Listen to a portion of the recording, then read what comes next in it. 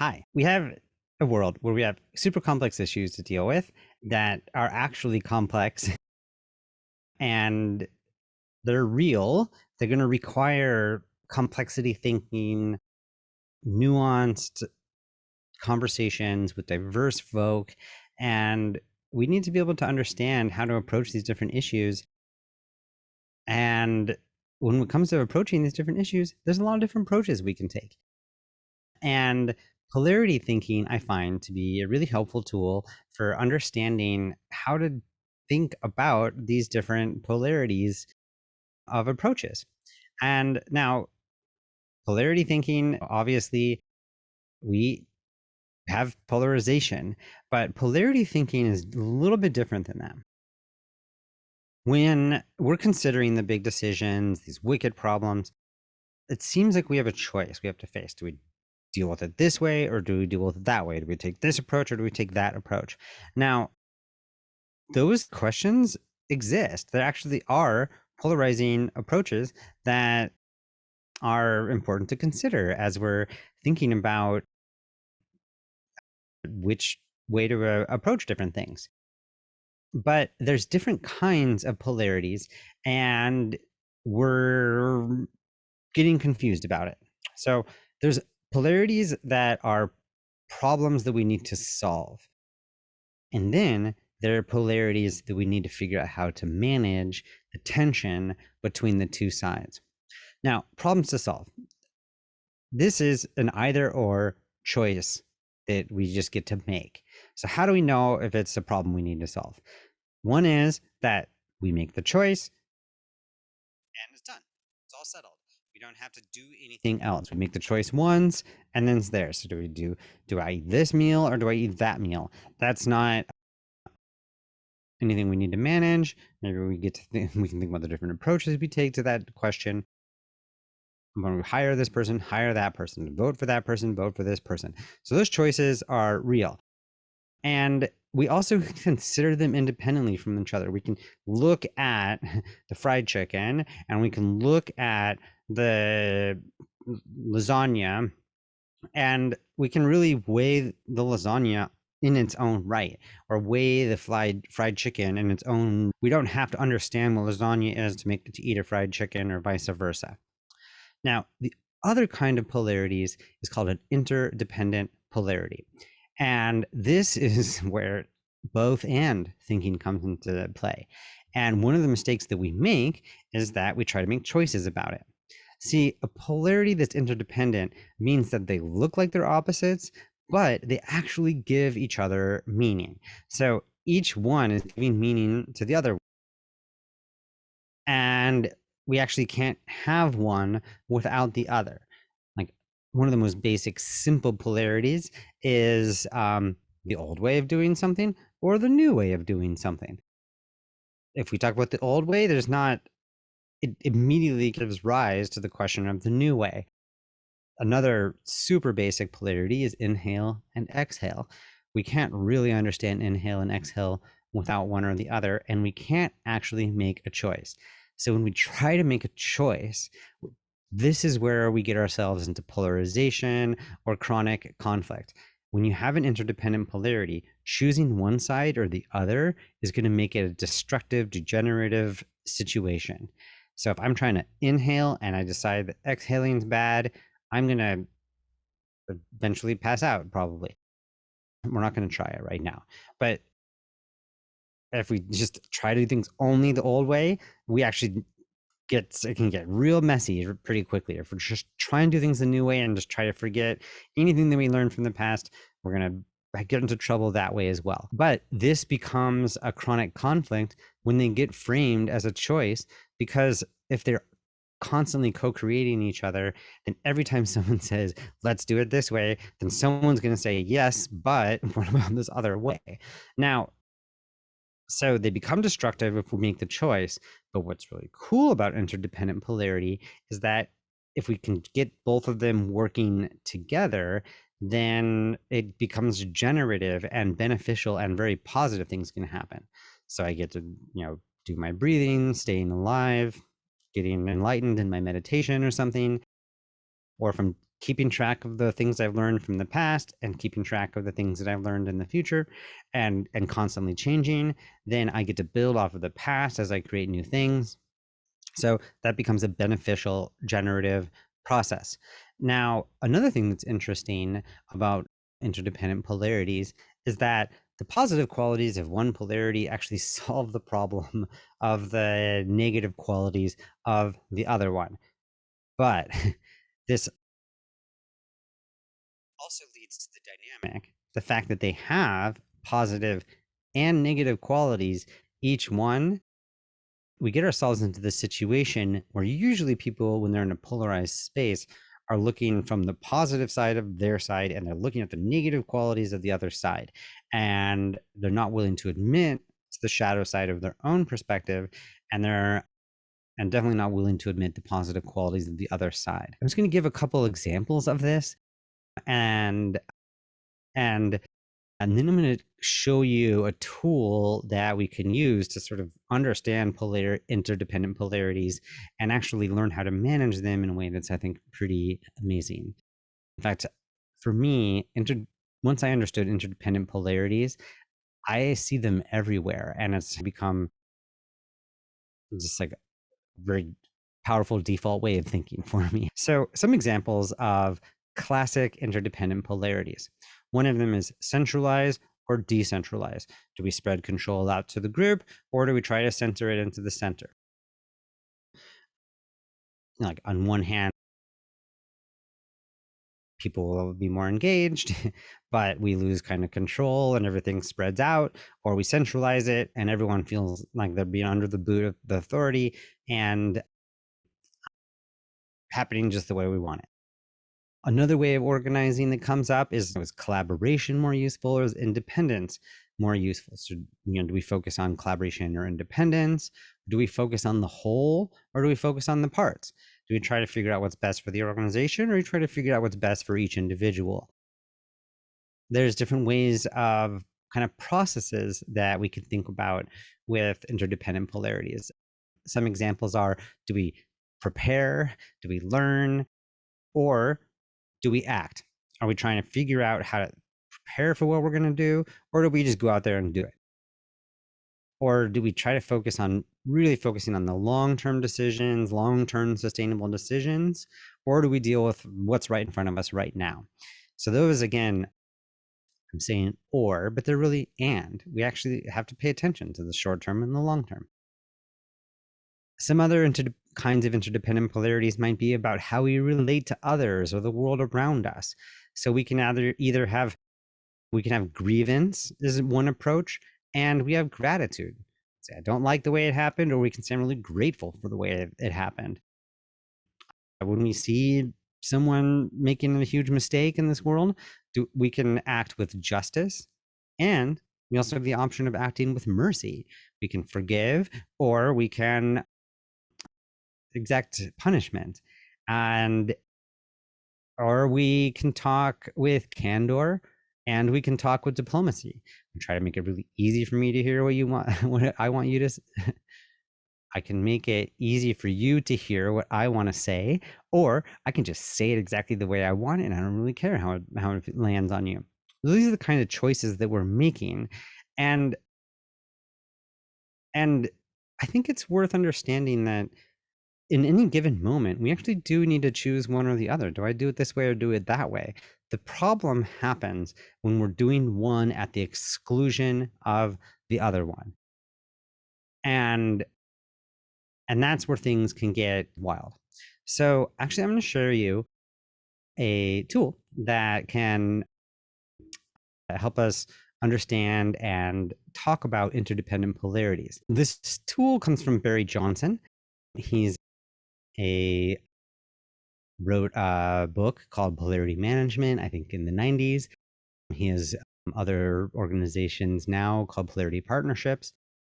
And this polarity map is a super basic, simple polarity map that I made for you here. So we have option 1 and we have option 2. Now, a polarity map is a wonderful thing to do with a diverse group of people. And so the first thing that we're going to ask in this diverse group of people is, Okay, what do we want? So figure out what we want. What is the goal that these two options are talking about? And also what we don't want. So we'll figure that out. What is the option one? What is option two? What do we want? What do we don't want? Or what do we not want? If you can figure out what those are in a way that everyone in a diverse group that's advocating for either side can agree on it, I like to say you're halfway there. If you know what the question is you're trying to answer, you're doing a really good job, especially if you can frame these two options as ones that everyone can appreciate and get behind the language. First thing we can do as a group is talk about the benefits of both options. And this can be really powerful as a group for people to see, okay, yeah, that is one of the benefits. Oh, I can see how that could be a good idea. And then we talk about the unintended consequences. Now, these are the unintended consequences. We could think about this as the shadow side or the negative aspect, but these unintended consequences arise from over focusing on one option at the expense of the other option. On the basic old way and new way of thinking, we can see benefits of the old ways. They're reliable. We know that it's working. It's happened before. Everyone knows how to do it. But the unintended consequences of doing things the old way, as we stagnate, we become irrelevant, things don't really happen anymore, it gets really boring, the energy just drains out of the system. Benefits of the new way is that it's dynamic, exciting, opens to change, it's keeping us on the cutting edge, goes with just the nature of evolution and change in the world. But the unintended consequences of trying things the new way and maybe forgetting about the old ways, we get all sorts of risks in that new way. In fact, a lot of interdependent polarities or polarizing questions come down to this one.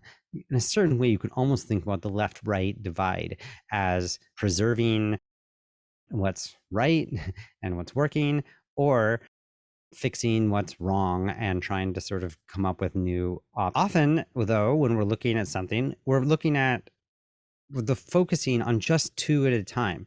So we'll be focusing on here's the unintended consequences that I don't like, and here is my proposal for option two.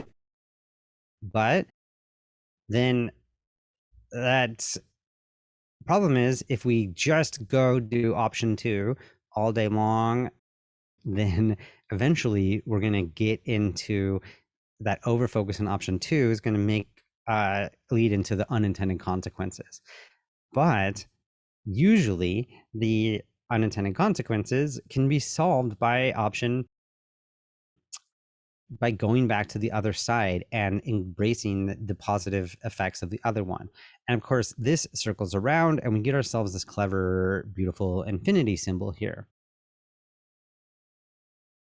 So I said this earlier, but the feature of this that I find to be really special is that the benefits of one side usually solve the problems of the other side. So if we're stagnating because we're too much doing things the old way, stagnation is fixed by trying a new way, which creates things being dynamic.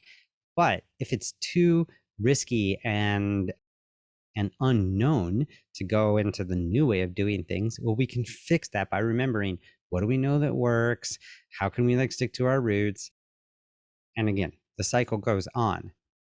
So this is a polarity map, and you can actually get a group of people that are stuck in some chronic polarity and actually have them fill this out together. Again, this is a very simple one, but this is basically the exercise. And once you have the map and everyone's looking at it and sees how these pieces are working together, you then can step into the work of what's called polarity management. Now, with polarity management, we get to bring in a new trick, and that is asking the group to say, what are the warning signs that we're falling into the unintended consequences of either of these sides? Again, it's another brainstorming exercise. You can get people with Post-it notes, sticking them up there. For example, warning sign and sort of old way, new way is like a bunch of people started quitting. Actually, it was like, okay, people are disgruntled. The people who've been around for a long time start leaving. Then maybe you're doing things too much in the new way, or everyone just ages out. Then maybe you're doing two things too much the old way. Another thing that we then can map are what are the action steps. So if we get to the warning sign, what are the things that we can do that can lift up the benefits of either option one or option two? And this can be really powerful. And what's really cool is once you've taken this problem and you've turned it into this object, you've seen it as this kind of interactive, dynamic system, you can actually use this. You can assign people the roles. People can be like, I'm going to be the person who's going to be looking out for that warning sign. There's always going to be someone who wants to do that. And everyone can agree on, and if that happens, we're going to do X, Y, or Z. So by taking the problem and or objectifying our approach to it by turning it into an object that everyone gets to look at, we then become a team that's now in charge of making sure that we don't fall much into this problem. And so to land the plane here a little bit, both complexity theory and polarity thinking, again, I find them to be really powerful tools to help us understand how to navigate the wicked problems that we're facing in this world. And they have these different kind of cool qualities. Both of them have us step out of like that individual, either simple solutions or just one-sided solutions or polarizing approaches, and it makes us realize that we're part of something that's bigger. So it's not just this or this, but it's actually the whole system. It's the question, it's the what do we want, and we all agree that we want, even though we have two different approaches of getting there. Or with the complex systems, it helps us understand that, wow, this is like a whole bunch of moving parts, and all the moving parts here are what make this a real thing, which then helps us remember the interdependence of all those different parts. It helps us not just have that holistic perspective, but start focusing on the value of all the different pieces. But really what's important is the quality of the relationships. And if something's not working in a system, oftentimes the quality of the relationships or the nature of the process is one of the things that we really need to think about. And it also helps us recognize that we need diverse perspectives. If we had an organization or a system that only wanted to take one side of the polarity, or that was too homogenous, we no longer have a dynamic adaptive system. We actually have something that's going to ossify or fall apart or become destructive or degenerative in one way or another. And so that both of these also remind us that we need to stay in the dynamic process. We can't just have fixed solutions. We need to keep on adapting. And that also reminds us that resistance is probably not the best way of dealing with something. If you don't like something, there's a way that we need to respond to it in an adaptive way. Because trying to deny the nature of the fact that this is way super complex, or trying to stop that from happening or to try to control it, can become a serious problem. And one of the upshots here is first to come up with simple operating principles. So instead of trying to predict all the different things that might happen or try to figure it out, we can say, when this kind of thing happens, we're going to do this. And we can agree on that kind of thing. If you have a whole system and everyone is more or less agreeing that we're going to try to be as inclusive or sustainable as possible, or we're going to respond in this way to this kind of issue, those kinds of things allow in a system to be adapting to things without needing to be in control or anyone trying to regulate any like specific piece of it. One thing I think that's also helpful about these two approaches, they just remind us that the world is unpredictable, but it's predictably unpredictable. Like, we know that we don't know, and that's pretty powerful thing. We and some ways that we can respond to this is we can use experimentation, we can prototype, we can keep on making adjustments. We don't know how to solve the wicked problems. Well, okay, let's try that here and let's try that here, and we can compare them to each other. Or, let's not go all in on something. Let's actually just try a little different approach to it. We also can get better at risk management. If we know that we don't know what's going to happen, we can try to make sure that we've shored up our different things, that we're prepared for all the different opportunities, that we haven't totally put all our eggs in one basket. And we also can remind ourselves that just because something worked before or it's been working for a while doesn't mean it's always going to work. In fact, if we keep on doing something the same way, we pretty much know that that's definitely not going to work. And it's also important for us to kind of like be aware of the context and the conditions. If we're looking at something we can't quite figure out what is going on here, because I'm looking at this issue and I'm looking at it super closely and I can't figure it out, probably we just need to expand the lens of our understanding. Maybe there's some voices that are included in this conversation. Maybe there's other things that are happening that we haven't considered. Knowing where you are and what's going on around you is a really great way to sort of get yourself out of polarization, when especially when dealing with like super complex different kinds of issues. And there's also this ability that we need to accept the unpredictability. And something that I'm going to be talking about a bit in the future is, what does it mean as an individual to develop my capacity to live in ambiguity and to be in a world where I actually don't really know what's going to happen? That's scary. It's inherently scary, but actually there's ways we can deal with that. So that's coming up in the future, just as a little preview there. But what's going to be coming up next is I'm going to talk to you a bit about a bunch of really cool tools and applications of polarity thinking and complexity theory that we can apply to our system. And stay tuned. Thank you for watching this video about polarity thinking and how it can help us get out of polarization. And coming soon, talk about different applications and how we can make this happen. Thank you for watching this video and hope you have a wonderful day.